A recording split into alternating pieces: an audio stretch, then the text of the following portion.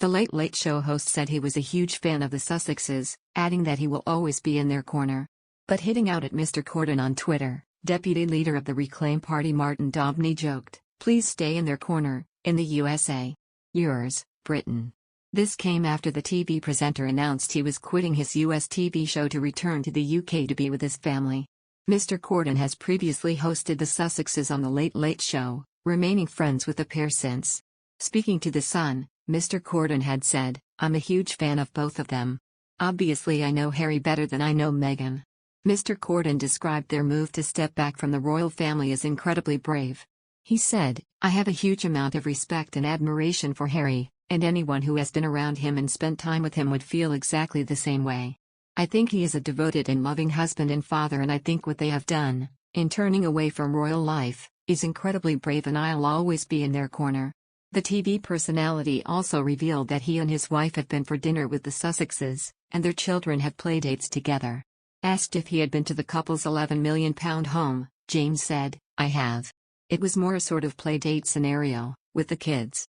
Then we went out for dinner after, it was lovely." But responding to Mr. Corden's remarks, many Twitter users agreed with Mr. Daubney's comment. One user wrote, "Can he please stay in US with Meghan and Harry?" Another, Heather, at White, wrote, "And British people will be in the other corner." Meanwhile, Mike Joyce, at Hammersmikey, commented, ahead of him returning to UK, "Not really read the room, has he?" A fifth user, nicknamed at Candy Applehead, joked, "Good. Handy to have them all in one place." But others, based in the US, joked he should go back to Britain. StefiBeats, at StefiBeats, wrote, "Oh please, I live in the USA, and I don't know what he's doing here. He belongs to you in the UK, you must take him back." However, others hit out at Mr. Daubney for his comment. One user, nicknamed at Dragon Stompbite, wrote, "James doesn't even know who Martin is." Another, at Alexand9530670, said, "You don't speak for me, Marty," while Patrick Larkin, at Patrick09363952, joked, "Ladies and gentlemen, the state of modern politics." In other news, Prince Harry and Meghan Markle's return to the UK for the Queen's Platinum Jubilee celebrations is entirely due to branding, a royal expert has claimed. Royal author and broadcaster Hugo Vickers told True Royalty TV's The Royal Beat, "I think it's entirely to do with branding, because the further away that Harry, gets from the royal family, he turns into a guy in blue jeans, with a ginger beard, coming off a plane with a backpack on. Which isn't very marketable in my point of view." Meanwhile, Russell Myers, royal editor of The Mirror, added, "I think the Sussexes would have wanted to be on the balcony, of course. There is an argument to say that they still need to be seen as royal. This is one of the biggest events of the generation and they need to stay relevant.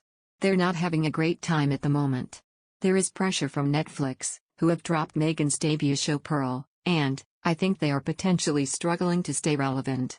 Earlier this week, it was reported that Prince William is reportedly wary about Harry's presence at the Queen's Platinum Jubilee next month amid concerns he will leak details of private conversations. The Duke and Duchess of Sussex have been told that a Netflix film crew following them will be stopped by royal enforcers if they attempt to film the celebrations. But William is reported to be fearful that the contents of any heart-to-heart talk with his younger brother at the special occasion could end up being made public on Harry and Meghan's show on the streaming service. William and Harry have not met since they unveiled the statue of their mum Diana, Princess of Wales, in July last year. A source told, William wants to talk to Harry to try to heal the rift between them, but he's fearful it will find its way onto Netflix, Oprah, or into Harry's upcoming book.